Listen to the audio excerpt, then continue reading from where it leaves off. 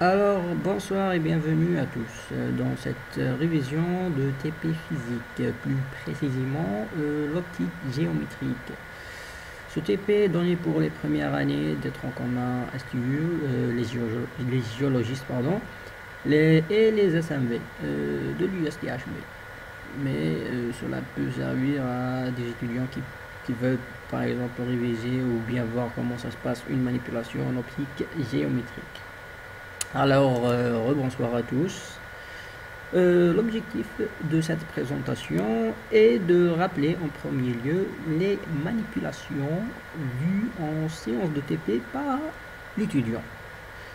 Nous verrons par la suite quelques sujets d'examen et enfin la discussion sera ouverte pour vous permettre de poser vos éventuelles questions, vos interrogations, les points que vous n'avez pas compris durant cette présentation. Alors, tout d'abord, nous allons commencer par le plus difficile, enfin difficile vu par les étudiants, car c'est le TP le plus facile pour avoir une bonne moyenne. Alors, le goniomètre. La question posée par les étudiants le plus souvent, est sur quoi aura lieu l'examen. Comment vous allez nous examiner, monsieur? Alors, en bref, vous aurez 80% des questions sur la manipulation.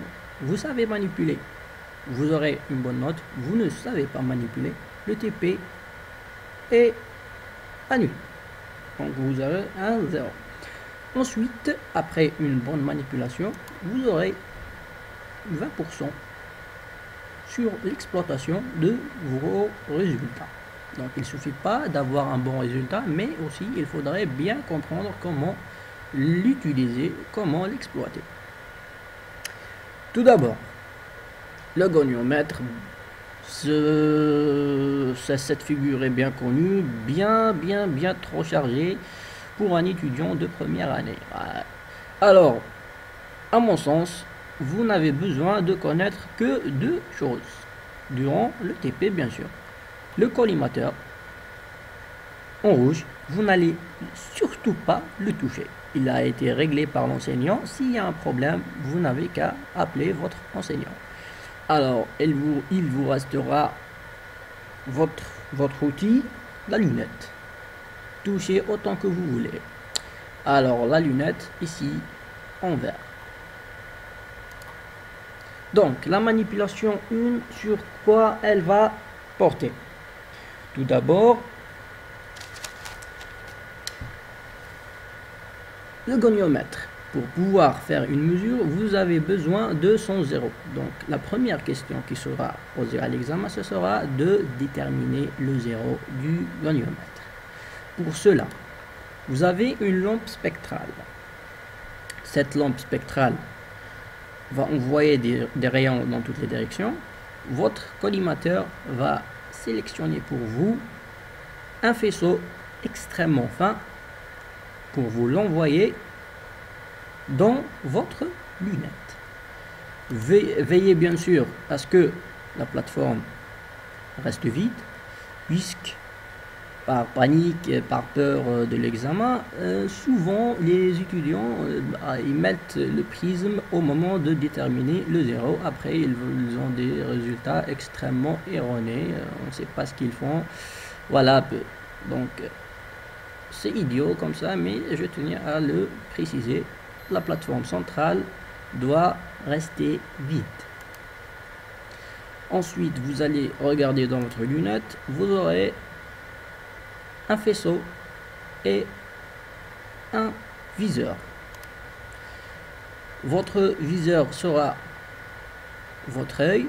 Vous allez l'utiliser pour viser ce rayon lumineux. Alors, vous allez tout d'abord bloquer votre goniomètre avec la vis de blocage. Ensuite, vous pourrez utiliser la vis de réglage pour faire les petites mesures. Donc cette vis de réglage, situé à la gauche de votre goniomètre va vous permettre de faire bouger votre faisceau vers le viseur. En fait, ça va plutôt faire bouger le viseur vers votre faisceau, mais étant donné que vous allez voir ce mouvement-là, il était plus simple de dire que vous allez faire bouger le faisceau. Cela étant fait, votre zéro peut être mesuré.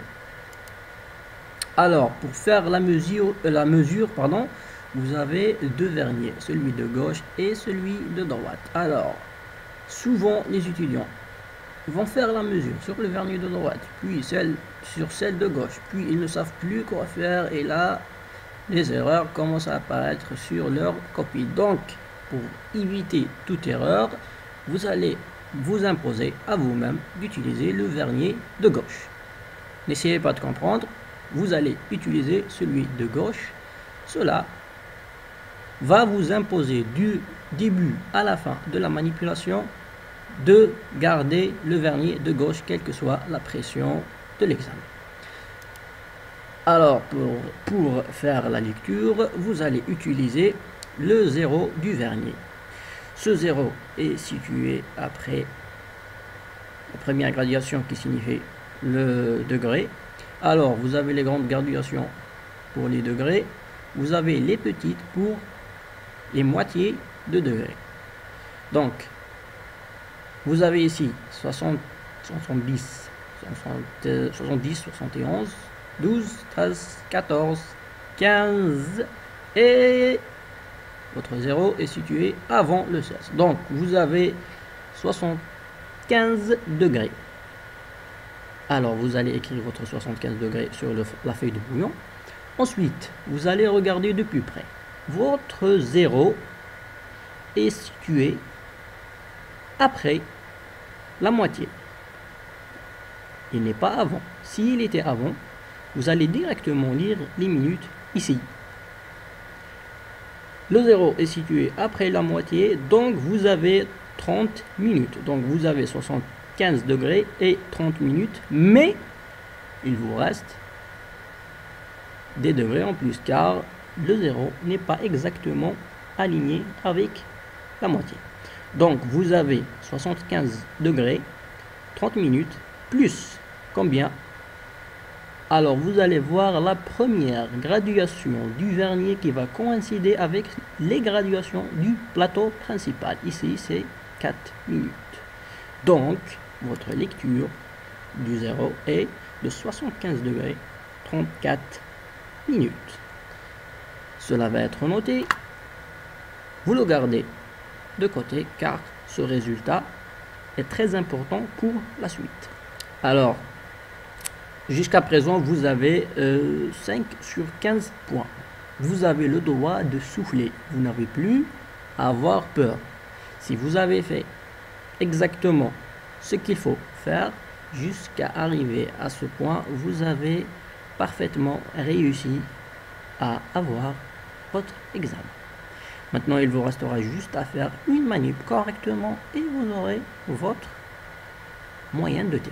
Alors, on va passer à la deuxième manipulation qui sera la détermination du sommet du prisme expérimentalement. Alors, comment cela va se faire?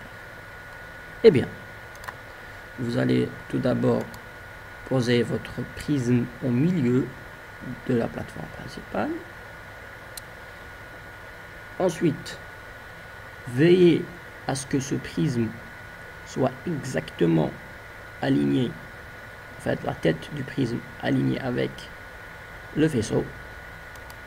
Si c'est le cas, vous allez avoir deux rayons émergents de chaque face du prisme.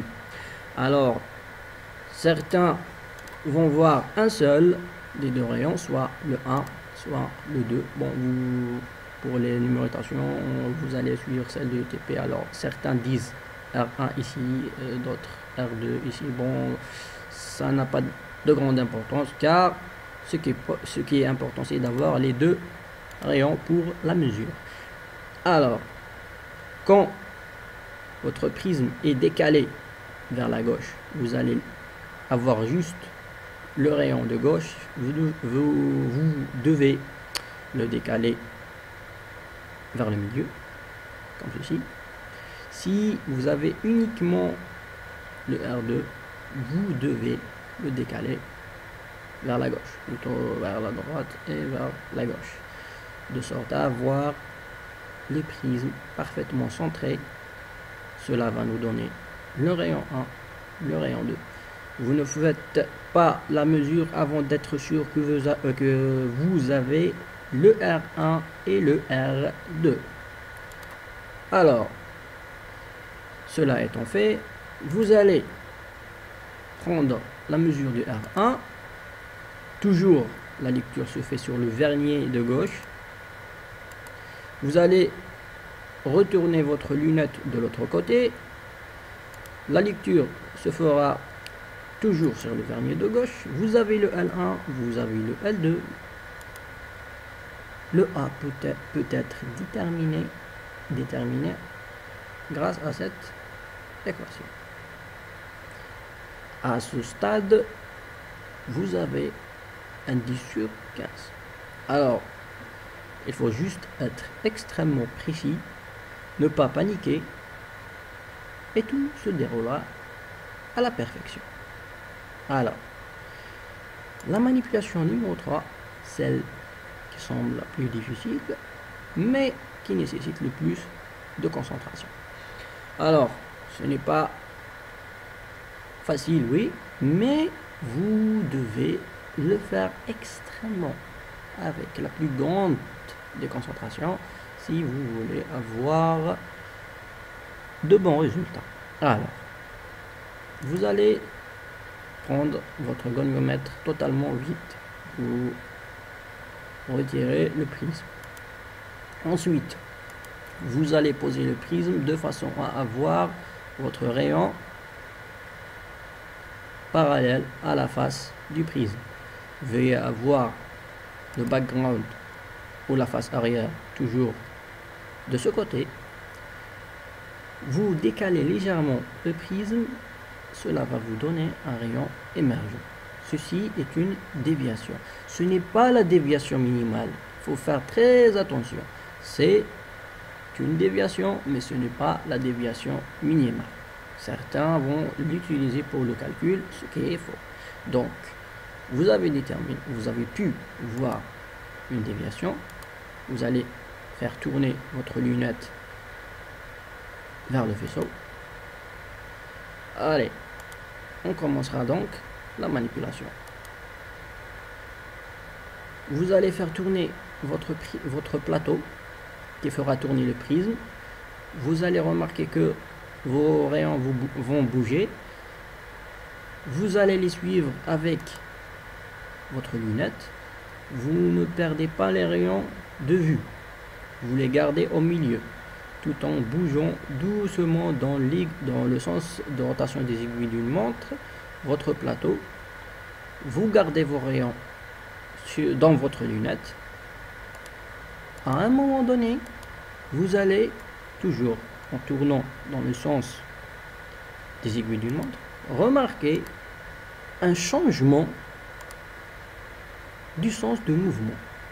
Cela indique que vous avez atteint la déviation minimale dm. Elle est exactement située au moment où les rayons ont changé de direction. Donc vous devez exactement chercher le moment où ils ont changé leur direction. Ils étaient en train de bouger dans ce sens. À un moment donné, hop, ils ont tourné dans l'autre sens. Donc, une fois que vous avez déterminé votre déviation minimale, vous allez verrouiller le goniomètre grâce à la vis de verrouillage. Vous ne touchez plus à rien de votre manip.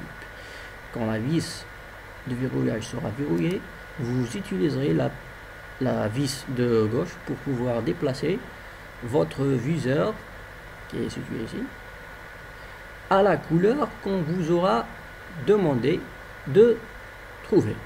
Ça peut être le bleu, ça peut être le vert, le jaune ou le rouge. Alors pour cette démonstration, on va prendre le jaune. Je fais bouger de sorte à avoir le jaune bien aligné. Je vais faire ma lecture. Ceci est la lecture minimum pour le jaune. Ce n'est pas la déviation minimale, c'est la lecture minimum pour le jaune. Ça peut être pour le rouge, pour le bleu ou pour le vert. Grâce à cette lecture, je vais pouvoir déterminer la déviation minimale. Il suffit de soustraire le L0. Vous voyez bien que si vous avez fait une erreur sur le L0, votre déviation minimale est fausse. Mais si vous avez bien lu votre L minimum, vous allez avoir les points pour le M, mais pas pour le L0. Donc, si votre assistant de TP vous demande si vous voulez avoir un moins 5 et refaire votre L0, répondez par oui. Car grâce à votre L0, si vous le refaites, s'il voit que vous avez fait faux, il vous permet de refaire. Vous refaites, vous allez récupérer les points que vous avez perdus en remesurant le L0. Donc, si vous avez fait une bonne mesure, vous allez avoir le LM, le L0 et la déviation minimale. À ce point, à ce stade, vous avez atteint les 10 points. Alors, il est très important de bien mesurer, de bien faire vos lectures en degrés et en minutes. Donc, vous n'avez le droit qu'à 5 minutes d'erreur, plus ou moins 5 minutes. Alors, il est très important de bien lire avec calme votre lecture pour chaque étape. Grâce à cette déviation minimale, vous allez pouvoir déterminer expérimentalement l'indice du prisme pour la couleur donnée. Alors ici, le 1', il est égal à 1, puisque vous avez fait une émergence dans l'air. Le DM, vous l'avez mesuré. Le A, soit il a été mesuré, soit on vous le donnera. Donc celui qui aura à avoir deux déviations à mesurer, il aura le A. Sinon, vous aurez à mesurer le DM, le A, puis pour avoir le M. Faites très attention, c'est le DM plus le A en degrés et en minutes divisé par 2. Ce n'est pas le A divisé par 2, ce n'est pas le DM divisé par 2, c'est la somme des deux divisé par 2. Le tout divisé par le sinus A sur le. Alors, les questions d'examen, ils sont dans votre polycopier de TP. Vous pouvez les voir à la fin. Donc, pour le goniomètre, vous aurez deux sujets, le premier et le troisième. Le deuxième a été annulé, je pense. Alors, dans chaque sujet, vous aurez la première question, sont touchés au collimateur déterminé en degrés et en minutes d'angle, le 0 du goniomètre. Le deuxième sujet aura la même question, toujours sans toucher le collimateur déterminé en degrés et en minutes d'angle, le 0 du goniomètre. Pour le sujet 1, vous allez déterminer la valeur numérique de 1 en degrés et en minutes d'angle avec la deuxième manip. Vous allez déterminer la déviation minimale pour l'arrêt de couleur X qui sera donné au cours de la séance d'examen en degrés et en minutes d'angle. Dans le deuxième, on va vous donner le A. On vous demandera de déterminer la déviation minimale en degrés et en minutes d'angle pour l'arrêt de couleur qui sera donné. Puis on vous donnera une autre couleur. Vous allez déterminer sa déviation minimale. Ce n'est pas la peine de refaire la manip. Il suffit juste de faire bouger la couleur au milieu de votre collimateur. Par exemple, vous avez le jaune ici, vous l'avez déterminé, vous écrivez combien vous avez pour la déviation jaune. Vous tournez le bleu, vous ramenez votre bleu au milieu de votre lunette.